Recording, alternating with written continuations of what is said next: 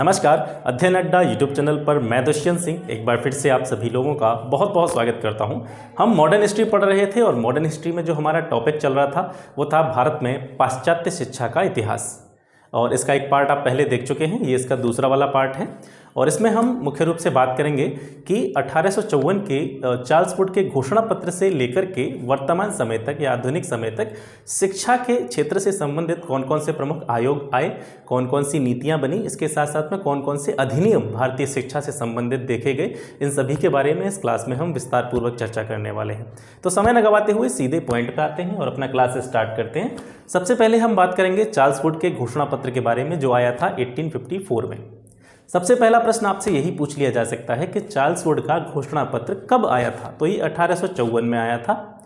दूसरा प्रश्न यहाँ से ये बन सकता है कि चार्ल्स वुड के घोषणा पत्र को भारतीय शिक्षा के संदर्भ में किस नाम से संज्ञा दी जाती है, तो इसे भारतीय शिक्षा का मैग्ना कार्टा भी कहा जाता है।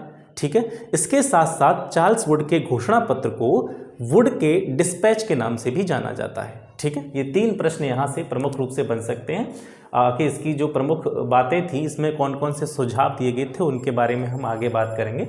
चार्ल्स वुड का घोषणा पत्र 1854 में आया, तो इसको वुड का डिस्पैच क्यों कहा जाता है, क्योंकि इसके प्रणेता थे चार्ल्स वुड। और चार्ल्स वुड कौन थे उस टाइम पे, आपने जब मैं अधिनियम के बारे में पढ़ रहे थे स्टार्टिंग में, जो कंपनी के अधीन अधिनियम जितने आए थे उनमें पढ़ रहे थे, तो हमने जाना था एक संस्था हुआ करती थी बोर्ड ऑफ कंट्रोल, नियंत्रक मंडल जिसको कहते थे।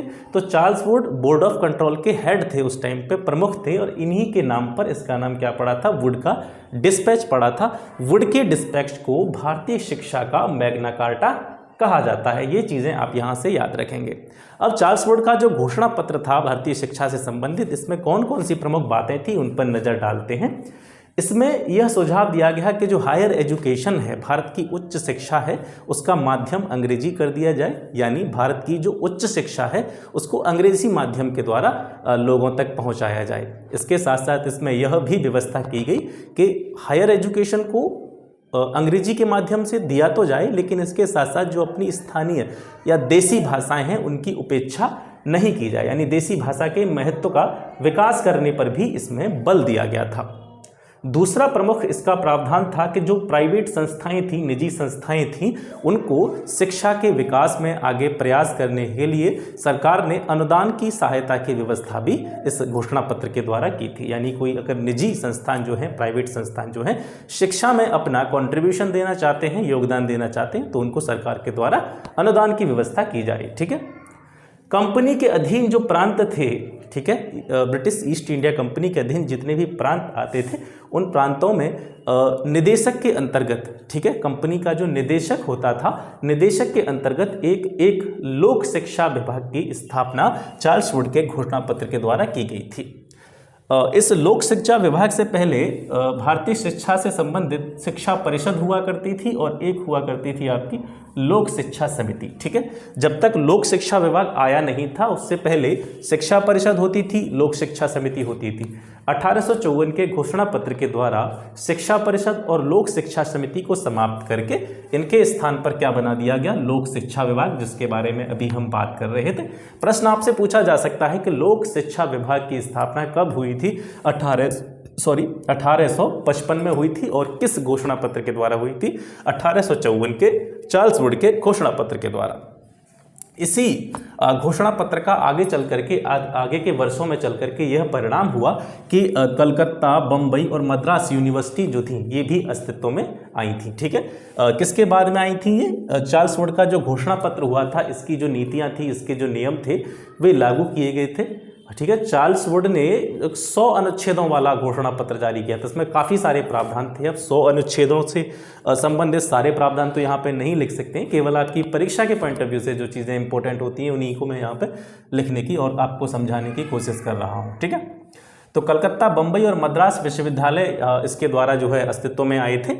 और प्रमुख रूप से ये प्रश्न पूछा जाता है वुड की डिस्पैच के बारे में कि जो वुड का डिस्पैच था या चार्ल्स वुड का जो घोषणा पत्र था ये किस प्रकार की शिक्षा से संबंधित था, तो ये यूनिवर्सिटी एजुकेशन से रिलेटेड था। ठीक है, विश्वविद्यालय शिक्षा से संबंधित था या उच्च शिक्षा से संबंधित था। इसके बाद में आता है आपका हंटर एजुकेशन कमीशन, ठीक है, हंटर शिक्षा आयोग, ये 1882-83 के समय में आया था।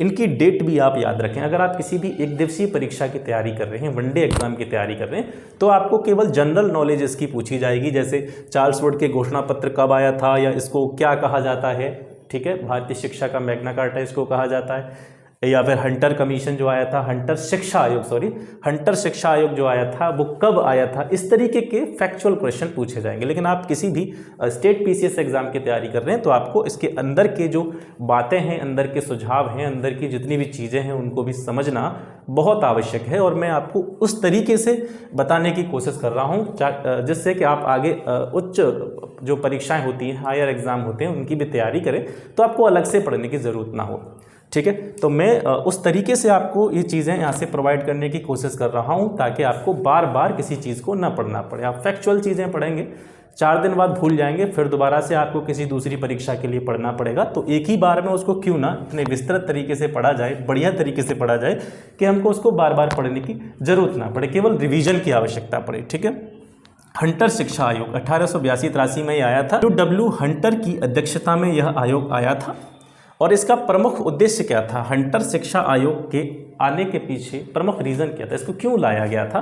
तो इससे पहले आप पढ़ रहे थे वुड के डिस्पैच के विषय में, चार्ल्स वुड के घोषणा पत्र के बारे में।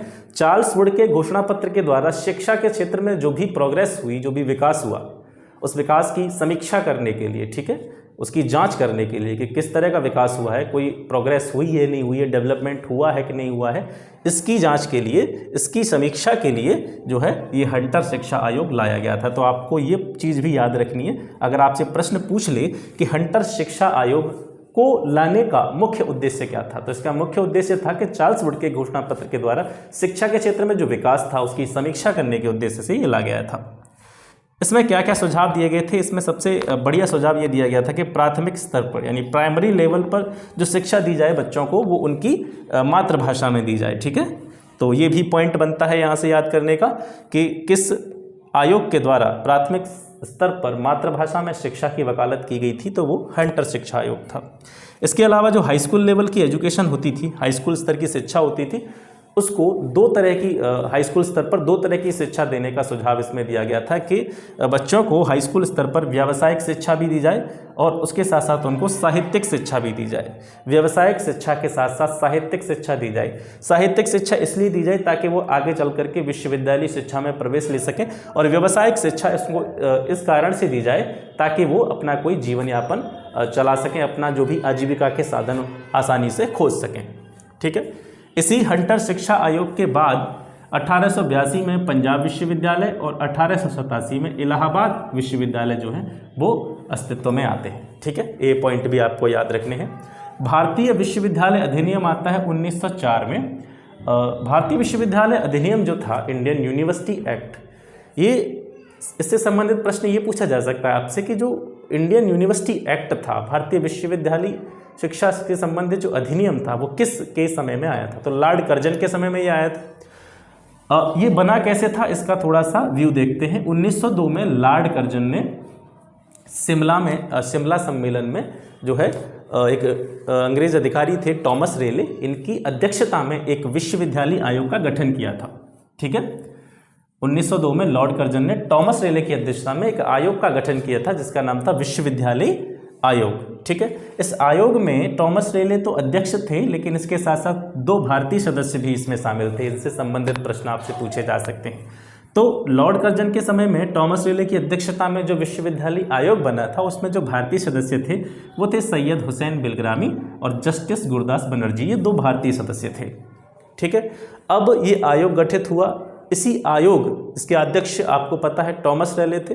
टॉमस रेले ने इस आयोग के द्वारा कुछ अनुशंसाएं दी भारतीय शिक्षा से संबंधित। तो उन्हीं अनुशंसाओं पर 1904 में टॉमस रेले की सिफारिशों के आधार पर भारतीय विश्वविद्यालय अधिनियम जो है वो पारित कर दिया गया। इसके बाद आता है आपका सैडलर विश्वविद्यालय आयोग। ये आया था आपका 1917 से 19 के बीच में, ठीक है। सैडलर विश्वविद्यालय आयोग किससे संबंधित था, ये प्रश्न आपसे पूछा जा सकता है। तो सैडलर विश्वविद्यालय आयोग के अस्तित्व में आने के पीछे रीजन था कि जो कलकत्ता विश्वविद्यालय था इसमें कुछ प्रॉब्लम्स चल रही थी, ठीक है। इसके जो भी अधिकारी थे, कर्मचारी थे, इनमें कुछ मतभेद थे और इन्हीं समस्याओं को लेकर के सैडलर विश्वविद्यालय आयोग को लाया गया था। तो आपसे प्रश्न पूछा जाए कि सैडलर विश्वविद्यालय क्यों लाया गया था, तो कलकत्ता विश्वविद्यालय की समस्याओं के अध्ययन के लिए, ठीक है। कलकत्ता विश्वविद्यालय की समस्याओं के अध्ययन के लिए डॉक्टर एम सैडलर की अध्यक्षता में सैडलर विश्वविद्यालय आयोग का गठन किया गया था, ठीक है। इसके 2 भारतीय सदस्य भी थे जिनके नाम थे आशुतोष मुखर्जी और जियाउद्दीन अहमद। आशुतोष मुखर्जी और जियाउद्दीन अहमद दोनों सैडलर विश्वविद्यालय के भारतीय सदस्यों में जो है इनका नाम आता है। सैडलर विश्वविद्यालय में कौन कौन सी प्रमुख बातें थीं, कौन कौन से प्रमुख प्रावधान इसमें हुए, कौन कौन सी चीज़ों में परिवर्तन देखने को मिला, उनको देखते हैं। प्रमुख बातें थीं कि जो 1904 का भारतीय विश्वविद्यालय अधिनियम था उसके नियमों की, उसकी जितने भी सुझाव थे उसकी आलोचना सैडलर विश्वविद्यालय आयोग के द्वारा की गई थी। विश्वविद्यालय शिक्षा में जो प्रवेश होता था बच्चों का पहले 10th के बाद होता था, जैसे 10वीं होती थी किसी भी स्टूडेंट की तो उसको बाद में यूनिवर्सिटी की एजुकेशन के लिए भेज दिया जाता था।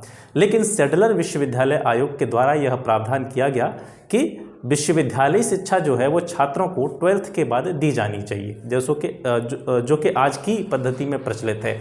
जब भी हम 12th पास करते हैं, इंटरमीडिएट पास करते हैं, उसके बाद में हम यूनिवर्सिटी शिक्षा की तरफ बढ़ते हैं, ठीक है।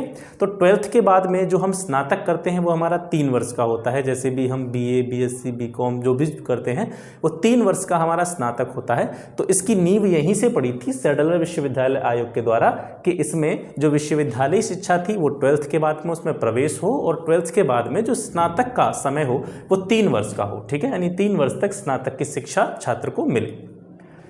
इसी सैडलर विश्वविद्यालय के सुझावों के फलस्वरूप कुछ विश्वविद्यालय अस्तित्व में आए, जैसे कि 1916 में बनारस यूनिवर्सिटी आपकी, 1917 में पटना यूनिवर्सिटी, 1920 में अलीगढ़ यूनिवर्सिटी और 1921 में लखनऊ यूनिवर्सिटी, ठीक है। इनकी डेट आप याद रखें, ठीक है, कि बनारस विश्वविद्यालय, पटना विश्वविद्यालय, लखनऊ विश्वविद्यालय ये कब कब अस्तित्व में आए, ठीक है। और ये अस्तित्व में कब आते हैं, बिल्कुल आपके सैडलर विश्वविद्यालय आयोग था इसके आसपास के समय में इन विश्वविद्यालयों का उदय देखने को मिलता है, ठीक है।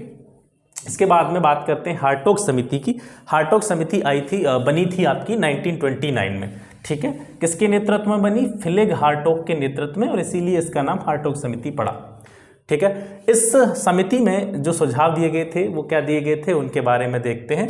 हार्टोग समिति ने प्राइमरी एजुकेशन जो थी, प्राथमिक शिक्षा थी, उसके राष्ट्रीय महत्व पर बल दिया कि इसका ये मानना था कि अगर प्राइमरी शिक्षा बच्चों को अच्छी तरह से दी जाएगी तभी राष्ट्र का अच्छी तरीके से विकास हो सकता है।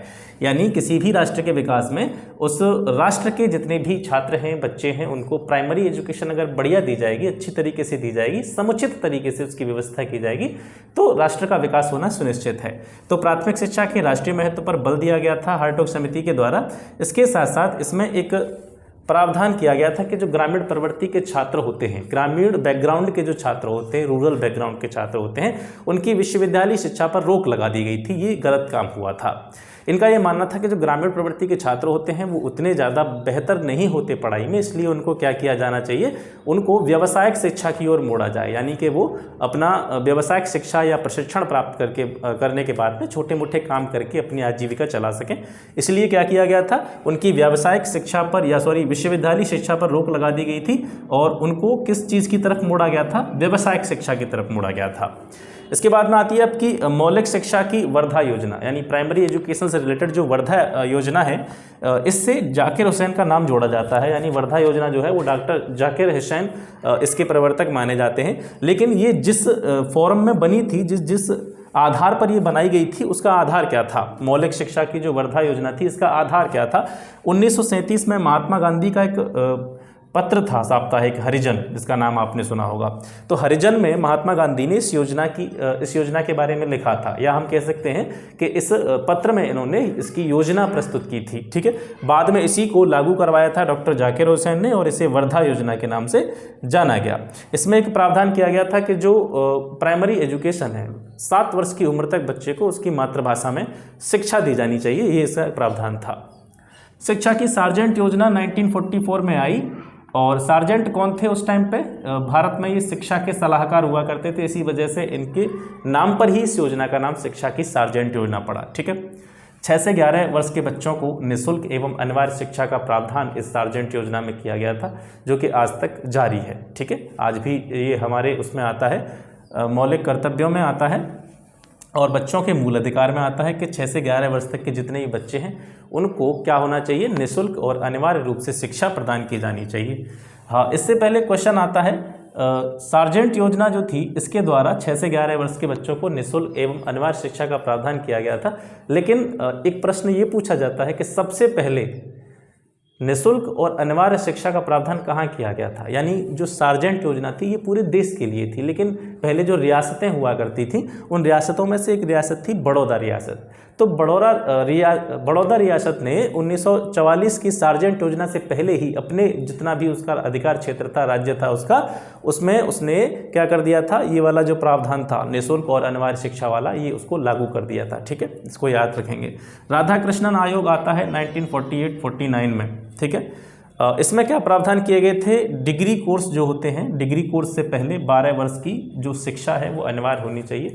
कहने का मतलब ये है कि कक्षा 1 से लेकर 12 तक उसको 12 साल बच्चे को पहले पढ़ना है और उसके बाद में ही उसे डिग्री कोर्स में एडमिशन दिया जाए। ठीक है, शिक्षा को समवर्ती सूची में शामिल किया गया था राधाकृष्णन आयोग की सिफारिशों पर। ठीक है, आपसे प्रश्न पूछा जा सकता है कि शिक्षा को समवर्ती सूची में किस आयोग की सिफारिशों पर शामिल किया गया था? तो राधाकृष्णन आयोग की सिफारिशों पर ही शिक्षा को समवर्ती सूची में शामिल किया गया था। यानी अब क्या हुआ कि जो शिक्षा वाला जो मैटर था इस पर केंद्र भी कानून बना सकता था और राज्य भी इस पर निर्णय ले सकता था। इसके अलावा यूनिवर्सिटी ग्रांट कमीशन का नाम आपने सुना होगा, विश्वविद्यालय अनुदान आयोग। ठीक है, विश्वविद्यालय अनुदान आयोग, जिसको हम यूनिवर्सिटी ग्रांट कमीशन के नाम से जानते हैं। यूनिवर्सिटी ग्रांट कमीशन की स्थापना भी राधाकृष्णन आयोग की सिफारिशों पर ही हुई थी और यूजीसी की स्थापना कब हुई थी? 1953 में। 1953 में राधाकृष्णन आयोग की सिफारिशों के आधार पर ही यूनिवर्सिटी ग्रांट कमीशन की स्थापना की गई थी। इसका क्या काम होता है आप सभी जानते होंगे। यूनिवर्सिटी ग्रांट कमीशन जो होता है, जो भी यूनिवर्सिटी होती है उनको क्या देता है? मान्यता प्रदान करता है। अब बात करते हैं कोठारी शिक्षा आयोग के बारे में, जो कि आया था 1964-66 के समय में। कोठारी शिक्षा आयोग के अध्यक्ष कौन थे? दौलत राम कोठारी। ठीक है, इन्हीं के नाम पर इस आयोग का नाम कोठारी शिक्षा आयोग पड़ा। दौलत राम कोठारी की अध्यक्षता में कोठारी शिक्षा आयोग का गठन 1964-66 के समय में किया गया था। इसमें क्या किया गया था? अलग अलग देशों से, जैसे इंग्लैंड हो गया, अमेरिका हो गया, रूस हो गया, इनके जो जाने माने शिक्षा शास्त्री थे और वैज्ञानिक थे, उनको भारतीय शिक्षा से संबद्ध करने की कोशिश की गई। इनके सुझाव भारतीय शिक्षा के संदर्भ में मांगे गए। इसके साथ साथ पूरी जो राष्ट्रीय आय थी उस समय की, उस राष्ट्रीय आय का 6% खर्च शिक्षा पर करने का संस्तुति जो है इस शिक्षा आयोग के द्वारा की गई थी। ठीक है, ये इसके प्रावधान थे। इसके बाद में सबसे पहली बार जो शिक्षा नीति बनी थी भारत की, राष्ट्रीय शिक्षा नीति के नाम से जिसको जाना जाता है, वो बनी थी 1968 में। ठीक है, पहली बार राष्ट्रीय शिक्षा नीति 1968 में आई। कोठारी आयोग की सिफारिशों पर इसको लागू किया गया। ठीक है, आपसे प्रश्न पूछा जाए कि सबसे पहले जो शिक्षा नीति आई थी, राष्ट्रीय शिक्षा नीति, उसे किस आयोग की सिफारिशों के आधार पर लागू किया गया था? तो इसे कोठारी आयोग की सिफारिशों के आधार पर लागू किया गया था। इसमें क्या प्रावधान थे कि 14 वर्ष तक के आयु के जितने भी बच्चे हैं, 14 वर्ष तक की आयु के जितने भी बच्चे हैं, उन्हें निःशुल्क और अनिवार्य शिक्षा की व्यवस्था उनके लिए की जानी चाहिए। इसके साथ साथ सबसे प्रमुख प्रावधान इसमें जो किया गया था वो था त्रिभाषाई फॉर्मूला। ठीक है, त्रिभाषाई फॉर्मूला को इसमें स्वीकृत किया गया था, जिसका अर्थ है कि आपको जो मातृभाषा है उसमें शिक्षा दी जाएगी, जैसे हिंदी हो गई, अंग्रेजी हो गई। इसके साथ साथ एक अन्य भाषा का ज्ञान भी आपको कराया जाएगा, जैसे संस्कृत हो गई, उर्दू हो गई। ठीक है, इस तरीके से 3 लैंग्वेज के आधार पर शिक्षा की व्यवस्था की गई थी। इसे त्रिभाषाई फॉर्मूला के नाम से जाना जाता है। इसके बाद में 1986 में आती है आपकी नवीन शिक्षा नीति। 1986 में आई न्यू एजुकेशन पॉलिसी। इस पॉलिसी में यह प्रावधान किए गए कि जो राष्ट्रीय साक्षरता दर थी, नेशनल लिटरेसी रेट जो थी, उस साक्षरता दर को बढ़ाने पर बड़ा जोर दिया गया था इसके अंतर्गत। इसके अलावा प्राइमरी शिक्षा का सार्वभौमिकरण किया गया। सार्वभौमिकरण का मतलब है कि प्राइमरी शिक्षा जो है, प्राइमरी एजुकेशन जो है, हर तबके के हर बच्चे को आसानी से उपलब्ध हो सके, इसके लिए जो है हर संभव प्रयास किए गए। इसके अलावा जो माध्यमिक शिक्षा थी उसका व्यवसायीकरण किया गया, मतलब उसको व्यवसाय से जोड़ने की कोशिश की गई। यानी माध्यमिक शिक्षा की व्यवस्था ऐसी की गई कि माध्यमिक स्तर पर बच्चों को ऐसी शिक्षा मिले ताकि उस शिक्षा को प्राप्त करने के बाद में वे आसानी से अपना पेट पाल सकें, अपना आसानी से कोई ना कोई रोजगार खोल सकें, आसानी से अपना कोई ना कोई धंधा चला सकें। ठीक है, तो ये 3 प्रमुख प्रावधान थे नवीन शिक्षा नीति में। हालांकि वर्तमान समय में इस नवीन शिक्षा नीति जो कि 1986 में आई थी, इसको भी जो है स्थानांतरित कर दिया गया है। इसके स्थान पर आपकी न्यू एजुकेशन पॉलिसी 2019 में लागू हो गई है। उसमें कौन कौन से प्रावधान थे इसका मैं अलग से वीडियो बना के आपको बता दूंगा। ठीक है, आप इतना याद रखें कि जो न्यू एजुकेशन पॉलिसी आई है उसमें काफ़ी सारे चेंजेस किए गए, लेकिन वो लागू नहीं हुआ है अभी। ठीक है, उसकी संस्तुति की गई है केवल, उसमें वो लागू नहीं किया गया है। न्यू एजुकेशन पॉलिसी जो कि 2019 में आई है, उससे संबंधित एक प्रश्न आपसे पूछा जा सकता है कि जो न्यू एजुकेशन पॉलिसी है 2019 वाली, वो किस समिति की सिफारिशों के आधार पर उसको लागू किया गया है? तो वो के कस्तूरी रंगन समिति की सिफारिशों पर उसको लागू किया गया है। ठीक है, तो आज हमने देखा जितने भी आयोग थे, जितने भी अधिनियम थे, जितने भी योजनाएं आई थी भारतीय शिक्षा या मॉडर्न एजुकेशन से रिलेटेड, उन सभी के बारे में हमने विस्तार से पढ़ा। आशा करता हूँ क्लास आपको पसंद आया होगा। मिलते हैं आपसे मॉडर्न हिस्ट्री की नेक्स्ट वीडियो में, तब तक के लिए नमस्कार, जय हिंद।